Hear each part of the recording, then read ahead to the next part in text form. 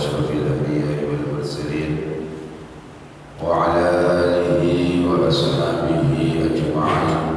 أما بعد، حضرة المحترمين والمكرمين para alim ulama, wabil khusus kepada para asatidz Masjid Jami' Nurul Falah yang kami hormati, kepada para penasihat DKM Nurul Falah yang kami hormati, kepada para bapak, ibu, hadirin semua yang ada di sini, semuanya yang kami hormati. Pertama-tama marilah kita panjatkan rasa puji syukur kita kepada Allah Subhanahu wa taala. Alhamdulillah, pada pagi hari ini kita masih diberikan kesehatan oleh Allah Subhanahu wa taala, sehingga masih bisa menemui bulan Ramadan, masih bisa melakukan kewajiban puasa bulan Ramadan dalam keadaan sehat wal afiyah wa bauli. Alhamdulillahirabbil alamin. Salatullah wa salamuhu semoga tetap terlimpah curahkan junjungan kita Nabi Agung Nabi Muhammad sallallahu alaihi wasallam. Semoga kita yang ada di sini termasuk umat-umat beliau dan mendapatkan syafaat besok di hari kiamat. Amin amin ya rabbal alamin. Para bapak, ibu, hadirin hadirat yang kami hormati, melanjutkan belajar kita qaidah idza ijtama'a al-halal wal harami hulibal haram. Fal muqtada ma'mani'in idza ijtama'a yughallabul mani'u haitsu ma waqa. Fal muqtadi maka bermula perkara yang memerintahkan, ma'amani'in beserta dengan perkara yang mencegah. Idza ijtama'a itu idza ijtama'a di dalam ketika berkumpul, yughallabu maka dimenangkan apa al-mani'u perkara yang mencegah, haitsu ma waqa'a di dalam sekira jatuh apa al-mani'. Yang masuk dalam qaidah idza ijtama'a al-halal wal harami wal haram itu adalah idza ijtama'a al-muqtadi wal mani' yughallabu al-mani'. Apabila berkumpul antara perkara yang memerintahkan dan perkara yang mencegah, maka yughallabu al-mani'u maka dimenangkan yang mencegah. Apabila halal dan haram berkumpul, menang yang haram, tapi banyak yang dikecualikan. Sekarang yang masuk dalam kaidah itu, apabila yang memerintahkan dan yang mencegah itu berkumpul, maka yang dimenangkan adalah yang mencegah. Contohnya, apabila ada seseorang yang lagi keadaan junub, orang dalam keadaan junub hadas besar, kemudian sebelum mandi diperintahkan untuk perang, diperintahkan untuk melawan orang-orang kafir, dan ketika perang melawan orang kafir, di situ dia mati. Pertanyaannya, dimandikan atau tidak orang tersebut? Orang yang hadas besar wajib mati, sedangkan mati syahid dilarang untuk dimandikan. Pertanyaannya, dimandikan atau tidak? Mungkin kita dalam kehidupan sehari-hari terkadang maju salah, mundur pun juga salah. Makanya kita harus bisa untuk mengambil sikap. Kita sudah belajar, berarti kita harus bisa untuk mengambil faedah. Apabila terjadi hal yang seperti itu, yughallibu al-mani', yang dimenangkan adalah yang mencegah. Berarti adalah tidak usah dimandikan. Makanya di sini mungkin ya kita mengalami hal apa saja, ya, banyak sekali mungkin mau ngikutin perintah apa tidak, ngikutin kok salah, nggak ngikutin nanti pecah. Nah, mungkin seperti itu. Makanya kalau sudah mengatakan kaidah seperti ini, kita adalah al-mani' yang didahulukan. Dimandikan atau tidak berarti tidak dimandikan. Ada dua orang yang ketika meninggal tidak boleh dimandikan, yaitu adalah orang yang mati syahid dan orang atau anak yang asyiqatu keguguran, ya, tidak usah dimandikan dan tidak usah disolati. Orang dua itu mati syahid dan anak yang keguguran, lahir dalam keadaan sudah tidak bernyawa atau meninggal dalam kandungan. Dan di situ adalah langsung dikafani dan dikubur. Dalam keterangan kitab Taqrib atau yang dipelajari oleh anak-anak remaja masjid setiap malam Sabtu di sebuahnya. Wastusnia dan dikecualikan apa masailun, beberapa masalah minha dari qaidah al-muqtadi ma'amahin tajtama'a. Zakar yang sudah menjelaskan masalah takhtilati mai tamang kafar, masalah takhtilati dengan masalahnya campur mau taman matinya seseorang kafaro yang kufur siapa man bimuslimina dengan beberapa orang muslim, dan dikecualikan dari kaidah tersebut kaidah yang mendahulukan atau yang memenangkan yang mencegah tadi. Berarti ini adalah kebalikannya. Kalau kecuali itu menang yang memerintahkan. Tadi contoh adalah yang menang yang mencegah, sekarang ganti yang menang adalah yang memerintahkan. Contohnya adalah apabila ada masalah bercampurnya orang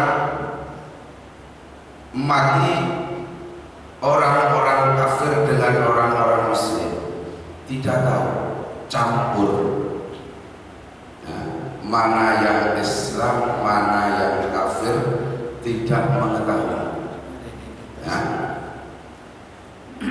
Mari corona mati baru banyak kan situ. Nah, kita sebagai orang muslim masih hidup berkewajiban untuk memandikan orang yang telah meninggal.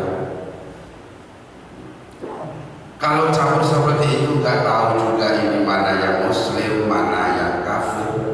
Nah, kalau orang kafir kan dilarang untuk dimandikan, sedangkan orang Islam wajib dimandikan. Kalau campur bagaimana? Nah, kalau memang seperti itu, tidak mengetahui campur seperti itu, makanya adalah wastusnia dikecualikan, berarti adalah dimandikan semuanya. Nah, dimandikan semuanya. Waqtilat syuhada'i bi ghairihim fa husluhum kullihim qadamin as-salati. Maka semua itu adalah dimandikan, baik orang muslim atau orang yang non muslim, karena di situ adalah campur tidak mengetahui. Disolati juga mitra solati. Tadi kalau orang yang mati syahid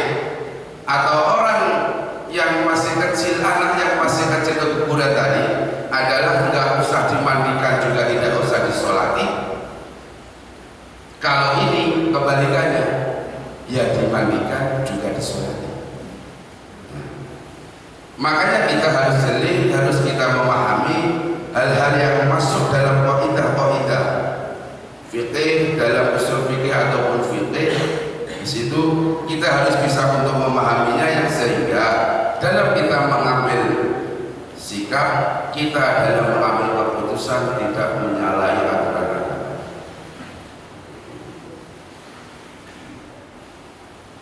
Kemudian fa'arif wa min biladil kufri hatman hajarat walau takunu wahdaha qad safarat. Yang selanjutnya di situ adalah contohnya orang perempuan bepergian sendiri, itu adalah tidak diperbolehkan. Tapi karena di situ adalah semuanya, hampir seluruh yang ada di sini di desa tersebut adalah menjadi kafir, menjadi kufur, maka orang perempuan tersebut adalah wajib untuk meninggalkan. Nah, pertanyaannya, kalau sendiri nggak boleh, tapi harus meninggalkan juga. Bagaimana orang tersebut? Ya harus meninggalkan. Pergi sendirian tidak boleh. Aturannya orang perempuan itu kan wabil khusus, yang sudah nikah atau yang belum. Nah, yang sudah nikah di situ kan harus izin kalau kemana aja. Biasanya itu ibu-ibu kalau mau ke luar rumah izin apa tidak? Izin ya? Iya. Nah, itu pada pulang-pulang ya kan, dia ada balesin. Di situ, walaupun itu di rumah orang tuanya, itu harus izin. Lah, karena apa? Ya akalnya masih seperti itu. Apalagi di situ adalah orang yang masih muda, yang belum nikah, perawan, harus izin. Makanya kalau sholat di masjid saja itu ada aturan kalau yang digerun itu. Ya mungkin apa aturan ini yang sehingga orang perempuan atau anak perempuan tidak jamaah di masjid ya. Memang aturannya anak perempuan di situ lebih bagus sholat di rumah, di dalam rumah atau di kamar. Alasannya khawful fitnah. Tapi kalau memang tidak takut fitnah, ya kan, ya tetap lebih bagus di masjid. Umpama di masjid di situ jadi gaduh karena entah itu saking cantiknya apa saking jeleknya juga nggak tahu ya. Dan sehingga di situ membuat madarat, membuat fitnah, makanya di situ lebih bagus. Aturan dalam kitab fikih adalah di rumah, di dalamnya rumah, atau di kamar. Ini adalah hal-hal yang berkaitan dengan ijtima al-halali wal harami wal haram. Untuk selanjutnya, di dalam bulan suci Ramadan itu banyak orang yang diperbolehkan untuk tidak berpuasa. Ada orang yang diperbolehkan di situ boleh tidak melakukan atau tidak melaksanakan puasa. Bismillahirrahmanirrahim.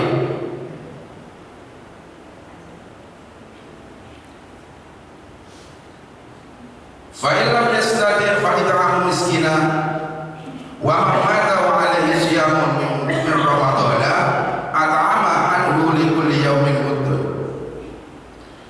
Untuk selanjutnya, apabila ada seseorang, orang tersebut di situ meninggal atau mati, mata, wa alaihi siyamun min ramadana at'ama anhu li kulli yaumin muddun. Apabila ada seseorang di situ meninggal dan belum bisa atau belum melakukan puasa, mempunyai hutang puasa, maka di situ adalah at'ama kulla yaumin muddun, memberi makan sehari 1 mud. Apabila yang ditinggalkan 5 hari, yang wajib dikeluarkan di situ berarti 5 mud. Orang sakit,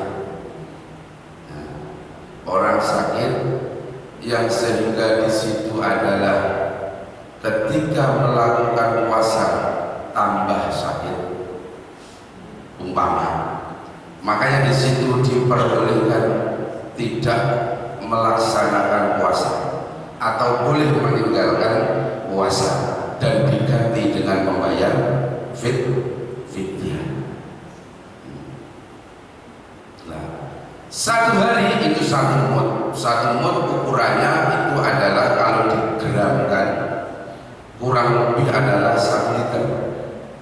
Kurang sebenarnya 6,75 675 gram, tidak sampai 1 liter.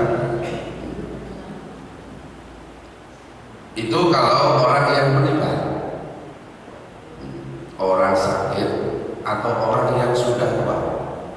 Orang yang sudah tua apabila melakukan puasa tidak kuat, bukan langsung tidak kuat ya, dicoba dulu harus. Nah, sudah melaksanakan dan di situ adalah tetap tidak mampu, makanya di situ adalah boleh untuk tidak puasa dan mengganti dengan kulla yaumin muddun. Nah, jadi menggantinya kapan? Waktu itu juga harus dilakukan. Itu yang lebih bagus. Tidak usah menunggu mati. Umpama sakit atau umpama ada orang yang sudah tidak mampu, al-harum atau pikun, lansia, di situ kapan membayarnya? Ya waktu itu juga langsung. Jangan nunggu meninggal. Itu wal-aqbalu seperti itu. Karena itu hutang. Dan selanjutnya di situ adalah yang boleh tidak puasa. Itu adalah orang yang hamil. Orang yang hamil di situ boleh tidak berpuasa, tetapi wajib untuk mengqadhanya. Nah, di sini ada 2 penjelasan. Kalau di situ tidak puasa karena takut kepada anfusin, kepada dirinya, kalau nanti saya puasa badan saya tidak kuat, itu hanya membayar qadha saja atau mengulang pada hari-hari setelah bulan suci Ramadan. Tetapi kalau itu nanti adalah tidak puasa karena takut anak yang dikandung, itu ada 2 kewajiban, mengqadha dan membayar kafarah. Orang sekarang, umumnya orang sekarang, orang yang hamil itu ketika tidak puasa itu sebabnya takut pada dirinya sendiri atau takut kepada anak yang dikandung. Kebanyakan ibu-ibu itu yang biasanya hamil, bapak-bapak ada. Alhamdulillah. Kebanyakan atau orang-orang itu ketika hamil tidak puasa itu takut dirinya apa takut anaknya? Anaknya. Kalau takut anaknya, kenapa nggak bayar kafarah? Nah, ini kalau takut pada dirinya sendiri, di situ adalah hanya mengqadha puasa. Tapi kalau takut pada anak yang dikandungnya, khawatir terjadi kenapa-napa dalam perut, di situ kewajiban 2, qadha plus kafarah. Nah, ibu yang mungkin dulu meninggalkan ketika hamil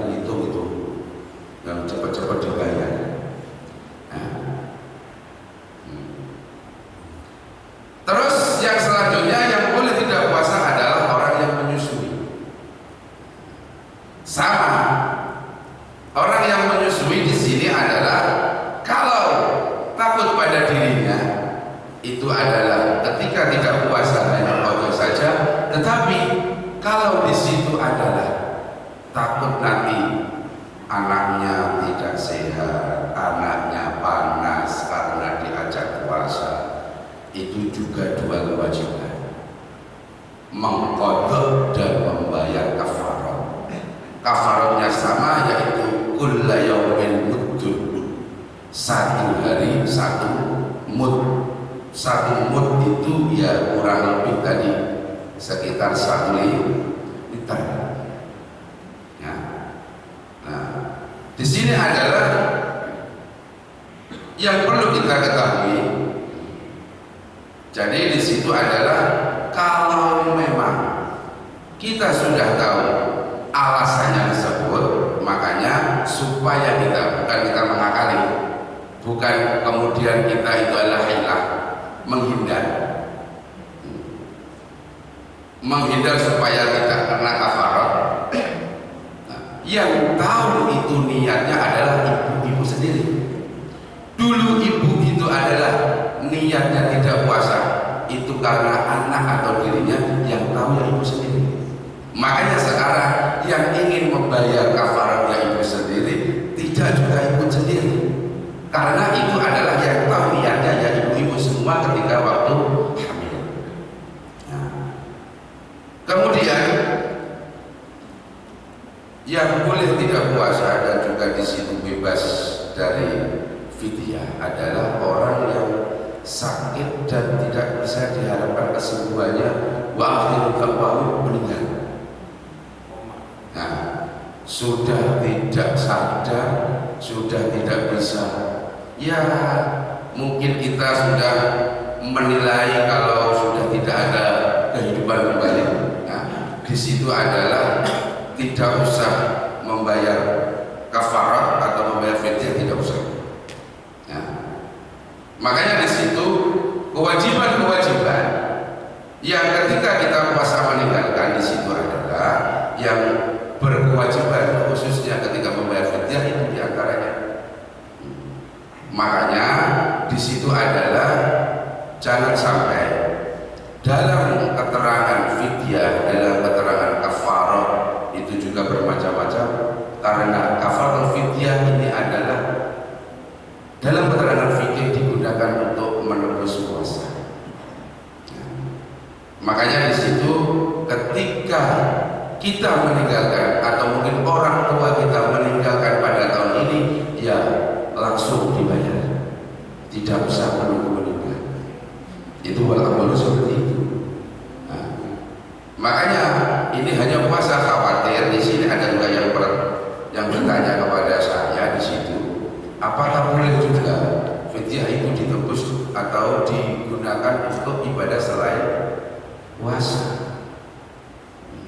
Walaupun di situ ada ulama yang memperbolehkan, di sini kita adalah diperintahkan ketika kami belajar adalah jangan sampai di situ membuat atau menghasilkan pertanyaan. Toh nanti saya mati akan difidyahi, nggak sholat nggak apa-apa, kan bahaya. Aneh bertanya seperti itu, berarti nggak apa-apa toh nanti meninggal di fidyahi. Karena fidyah bisa untuk diganti atau mengganti dari sholat. Makanya di sini yang perlu diketahui adalah fidyah atau kafarah ketika kita meninggalkan puasa, wabil khusus kepada bulan-bulan seperti ini, bulan Ramadan, ya harus langsung dilaksanakan. Kalau memang tidak meninggalkan kewajiban-kewajiban khususnya puasa, ya nggak usah membayar fidyah. Nanti timbul pertanyaan lagi lah, itu kemarin meninggal itu kiai, masa kiai tidak ada fidyahnya? Kalau kiai tidak meninggalkan kewajibannya, tidak ada fidyahnya. Fidyah itu adalah wajib kalau memang adalah meninggalkan hal-hal khususnya adalah puasa. Kalau tidak meninggalkan juga tidak wajib untuk membayar fidyah. Nah, makanya di sini dalam bulan suci Ramadan ya, banyak di situ adalah hal-hal yang mungkin hilang menghindar dari hal-hal yang supaya kita di situ adalah bebas atau supaya kita ini adalah bersih dari fitnah. Kembali kepada diri kita masing-masing, tergantung niat kita. Untuk itu supaya kita adalah tidak kena hukuman double, tidak kena hukuman yang berlipat-lipat, kita belajar dan kembali kepada niat yang telah kita ketahui. Nah, di antaranya kemudian yang menjadi diperhatikan itu adalah yang termasuk fardunya puasa adalah imsaku, menjaga dari hubungan suami istri. Nah, al-imsaku anil jima'i, menjaga dari hubungan suami istri. Hubungan suami istri itu boleh apa tidak? Boleh apa tidak? Kalau sekarang? Kenapa ya? Ini malah berat hukumannya ya? Ya? Ini berat hukumannya, makanya masuk dalam fardunya puasa. Perkara yang boleh ketika bulan Ramadan tidak boleh. Hukumannya adalah yang pertama isku rokobatin, memerdekakan hamba. Sekarang nggak ada merdeka semua, ya sudah nggak ada. Nah, yang selanjutnya adalah kalau memang tidak menemukan hamba, disuruh untuk melakukan puasa syahraini, puasa 2 bulan berturut-turut, ya kan? Satu saja kebobolan, ya. 1 hari melakukan puasa kebobolan, yang disuruh ganti 2 bulan, ya. Padahal itu perkara yang boleh. Makanya di sini kalau menurut Imam Syafi'i itu paling ringan, kalau Imam Malik berat. Nah, kalau Imam Syafi'i ya umpama, ya kan, sampai tidak bisa untuk menahan. Nah, ini jelas yang dibahas jelas suaminya cantik ya. Kalau suaminya keliru, apa? Istrinya ya. Ini jelas istrinya cantik yang dibahas. Karena sampai tidak kuat untuk menahan itu, menahan hubungan suami istri. Kalau istrinya jelek ya itu tidak dibahas lah. Nah, ini kan orang Arab makanannya daging, syahwatnya kan ya tinggi, orangnya cakep-cakep, ya kan? Nah kita kan makannya apa gimana? Hah? Gorengan, lontong, aduh, ya mungkin puasa bukannya sahabat malah lemas, ya kan? Nah, ini perbandingannya adalah ketika orang Arab sudah makanannya daging, cakep-cakep lah ya. Nah, perbandingannya apalagi orang-orang Arab bagaimana? Padahal itu perkara yang boleh. Kenapa kok hukumannya luar biasa? Karena di situ adalah hadku hormati syahrul Ramadan. Alasannya adalah merusak kehormatannya, kemuliaannya bulan suci Ramadan. Yang dengan min ghairi atau dengan alasan adalah dengan bukan bi'udhri syar'i, dengan alasan bukan udzur syar'i. Jadi kalau Imam Malik di situ adalah baik itu zina, baik itu hubungan suami istri, makan, merokok, umpama dalam bulan suci Ramadan, sama tuh hukumannya. Nah, karena apa? Tidak menghormati bulan suci Ramadan. Kalau Imam Syafi'i yang kita ikuti sekarang ini, kebanyakan orang-orang yang ada di Indonesia di situ adalah hanya jima saja yang hukumannya berat. Nah, kalau tidak ada hamba itu puasa berturut-turut selama 2 bulan. Kalau tidak kuat juga di situ suruh mengasih makan orang miskin 60. Kalau Imam Syafi'i beda. Kalau memang tidak tahan, bisa minum dulu baru mulai, aman, nggak kena hukuman. Tapi kalau Imam Malik walaupun minum dulu tetap kena hukuman. Imam Syafi'i hanya kodok saja. Karena apa? Minum dengan bersetubuh itu beda apa sama? Yo beda, dari dulu beda ya. Tapi kalau masalah hukum menurut Imam Malik itu sama hukumnya.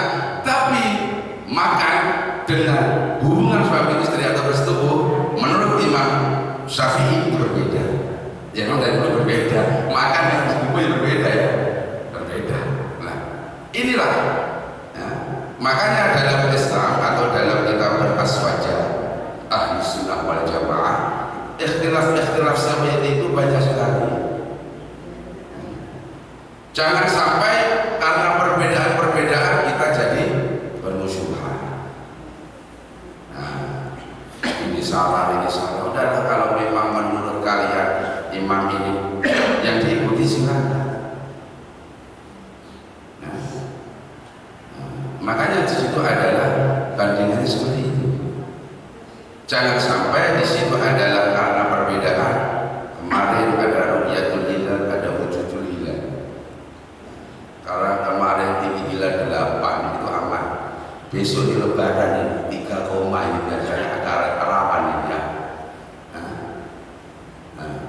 3 koma ini besok lebaran. Itu kalau menurut ilmu dan hisab. Nah, makanya hal seperti ini ya sebenarnya juga sama. Ru'yatul hilal dengan wujudul hilal. Kalau kita pahami ya kan, ini wujudul hilal kelihatan wujud atau ada hilalnya, ada bulannya. Bulan setiap hari ada nggak? Ada. Ru'yatul hilal kita harus bisa untuk melihatnya. Ada, tapi kalau nggak bisa melihat ya untuk apa? Makanya kalau dalam kitab Sulamun Nayyirin atau kitab Usul Ma'an di situ adalah harus ru'yatul hilal, bisa melihat contoh baju yang kita pakai dikencingin anak kita, najis atau bukan? Najis juga. Ketika masih basah kelihatan nggak? Kelihatan. Kalau udah kering baju kita ini tidak kelihatan, tapi najis apa enggak? Sama-sama najis. Maksudnya sama-sama betul. Ru'yatul hilal betul, wujudul hilal juga betul. Tidak betul itu apa? Ya tidak puasa berbaring. Ya. Ini ikhtilaf. Makanya di sini adalah yang perlu kita pelajari, yang perlu kita amalkan di situ adalah ya, ikhtilaf karena ulama-ulama itu banyak. Kalau kita hanya berpegang pada Al-Quran hadis saja, ya mohon maaf di situ. Di situ kan ada ya ini cerita. Ada santri sudah nikah, kemudian istrinya di situ melapor kepada kiai.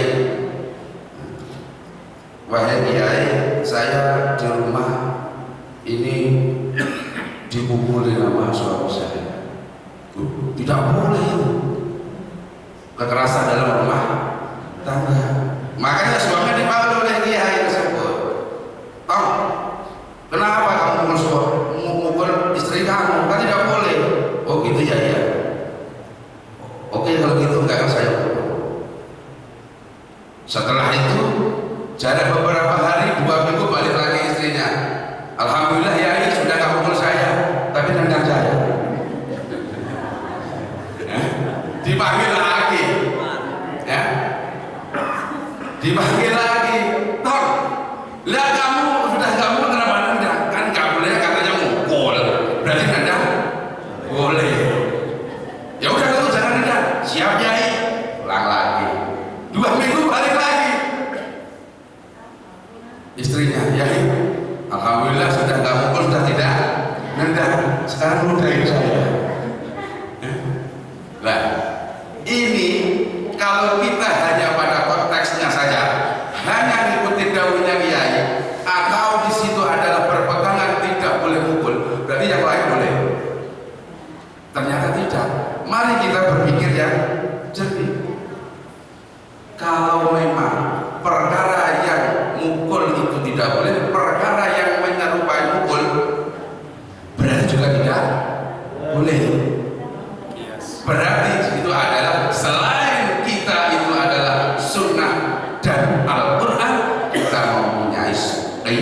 Qiyas. Makanya Al-Quran saja wala taqul lahuma uff, yang tidak boleh kepada orang tua itu gus. Umpama mohon maaf kepada bapak kita, anjing lu, bagaimana? Boleh nggak? Kan bukan gus, bukan A. Kalau kita hanya pada konteksnya saja, kita ini akan jadi bodoh malahan. Makanya kita perlu qiyas. Memukul nggak boleh, nendang juga nggak boleh. Berarti apa? Inti dari kesemuanya adalah menyakiti itu tidak boleh dalam bentuk apapun, baik kepada istri atau kepada orang tua. Al-Quran banyak wala taqul lahuma uff saja. Kalau ngikutin konteksnya itu saja, berarti kita yang nggak boleh kepada orang tua hus saja, uff saja, nojok boleh, nendang boleh. Ini bahaya malah. Nah, makanya kita di sini adalah perlu qiyas. Selain Al-Quran, hadis ada qiyas juga, kesepakatan para ulama yang atau ijma.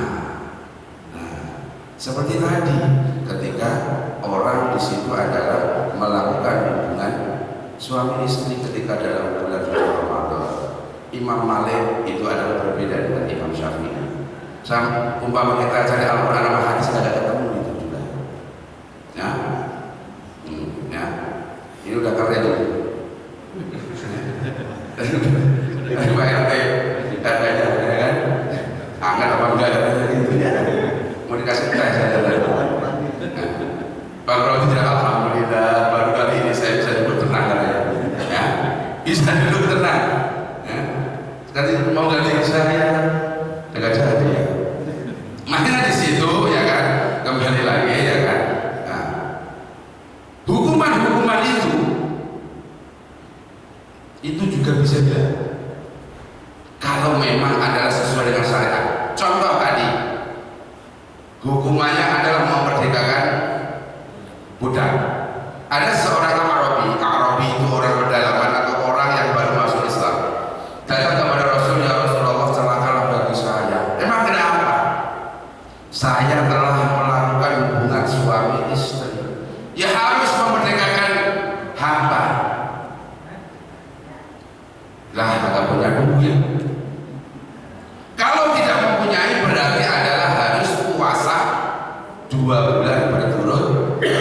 1 hari aja kebobolan, apalagi suruh 2 bulan. Kalau itu mengasih makan orang miskin 60. Terus dikasih siapa? Ya Rasulullah, ya dikasih orang yang miskin di desa tersebut. Saya ini orang yang paling miskin di desa itu. Halo. Ya udah kalau begitu ya kan. Bisa inilah hukumannya. Karena apa? Memang aturannya seperti itu dalam syariat. Jadi kafarat fidyah bisa hilang kalau memang sesuai dengan syariat. Karena kan fidyah atau kafarat itu diberikan kepada orang fakir dan miskin. Kalau dia yang paling miskin bagaimana? Ya sama aja hasil dinas sendiri. Ya udah berarti nggak usah ngeluarin. Nah, di sini nih, makanya kan ya dalam kaidah fikih, dalam fikih di situ adalah selama kita mau membaca, insya Allah itu adalah dalam berkehidupan kita bermasyarakat ya santai saja. Di situ biasanya kan ya kalau orang baca biasanya di situ ya. Nah, Buya Hamka saja yang mohon maaf di situ adalah masalah mulut. Di situ pun beliau juga waktu awal, akhir-akhirnya beliau mulut juga. Ditanya pada santrinya, wahai kiai, tadi bapak lagi menuju kuliah. Kenapa? Dulu kan tidak. Iya, karena saya dulu kurang baca. Makanya ayat yang pertama Al-Quran adalah iqra, disuruh banyak membaca. Selama kita banyak membaca, insya Allah banyak ilmu yang kita dapat. Dari kami awalan wa akhir afwan katsira, teruslah membaca, teruslah belajar. Insya Allah apa yang kita cita-citakan bisa terwujud.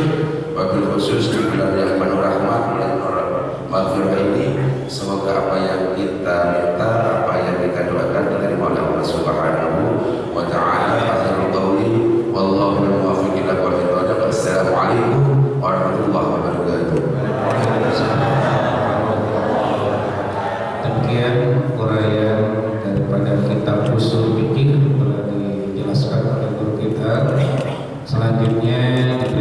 kesempatan kepada jemaah sekalian untuk bertanya terkait materi maupun di luar materi, yaitu dari yang disampaikan tadi. Silakan dari ibu atau bapaknya kalau ada yang mau ditanyakan.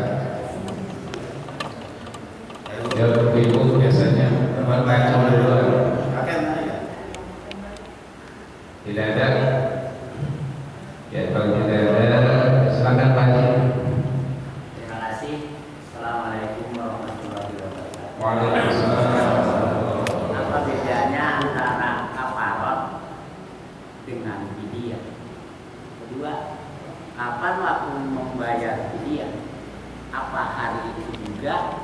Apa setelah selesai Ramadan? Apa setelah meninggal? Wassalamualaikum warahmatullahi wabarakatuh. Waalaikumsalam warahmatullahi wabarakatuh. Pertanyaannya silang. Yang pertama, apa bedanya fidyah dengan kafarat? Yang kedua, fidyah itu dibayarkannya pas saat tidak puasanya atau di akhir Ramadan atau saat setelah meninggal tersebut. Demikian, silakan langsung dijawab oleh Ustaz. Fidyah artinya tebusan. Tebusan berarti orang yang tidak melakukan puasa ditebus dengan fidyah. Berarti ditebus dengan beras tadi. Jadi orang tua yang tidak kuat untuk puasa itu nggak usah puasa, diganti dengan beras tadi, namanya fidyah. Kalau kafarat itu adalah denda. Ya, seperti tadi tidak boleh hubungan suami istri, dia hubungan. Nah, makanya di sini seperti orang hamil itu sebenarnya wajib puasa. Boleh kalau kena denda, itu namanya kafarat. Wajib kodok plus kafarat. Nah, kalau orang yang tidak puasa seperti dia, seperti orang yang sudah tua, orang yang tidak mampu melakukan sampai nanti tidak kuat lagi, itu namanya fidyah. Kapan itu menghasilkannya? Hari itu juga. Makanya ya mohon maaf, saya buat fidyah ketika orang bilang di sini. Ya mau di kampus saya atau di tempat saya belajar juga ada. Makanya kan ada fidyah kan itu. Baru tahu saya di sini. Karena apa? Di sana itu ketika meninggalkan ya langsung membayarnya. Terima kasih. Demikian perbedaannya.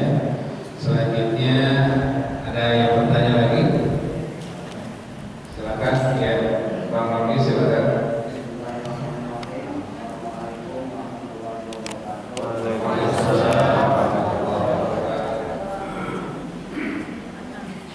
Yang saya tanyakan di luar Boleh. di masa muda saya jarang sholat. Setelah tua saya rajin sholat. Alhamdulillah. Apakah di dalam sholat tersebut saya mengkodok sholat yang saya tinggalkan di waktu sholat yang bersamaan? Lebih baik sholat kodok atau sholat sunnah? Terima kasih. Mana yang didahulukan untuk kodok sholat waktu dulu sering tinggalin sholat, misalnya sholat zuhurnya sering ketinggalan, tapi sholat zuhur ini sholat fardu itu sholat sunnah apa kodok duluan, mana yang lebih utama gitu Bang Roni ya misalnya ya. Oke, langsung dijawab. Terima kasih. Sunnah dengan kodok atau kodok itu punya wajib. Wajib dengan sunnah ada didahulukan perkara yang wajib. Nah, dulu pernah meninggalkan sholat, ya tinggal hitung aja berapa hari. Kodok itu adalah sholat yang tidak mempunyai waktu. Kodok adalah sholat yang tidak mempunyai waktu, kapan saja boleh. Kodok zuhur nggak harus di zuhur, kodok subuh nggak harus di subuh, kapan saja boleh. Karena kodok itu adalah sholat yang tidak mempunyai waktu. Seperti sholat jenazah itu juga nggak punya waktu. Jadi ketika ada orang meninggal ya sholatin. Nah, kalau nggak ada, ya sholat juga boleh kalau sholat gaib. Jadi di situ kapan orang meninggal baru sholat. Karena ada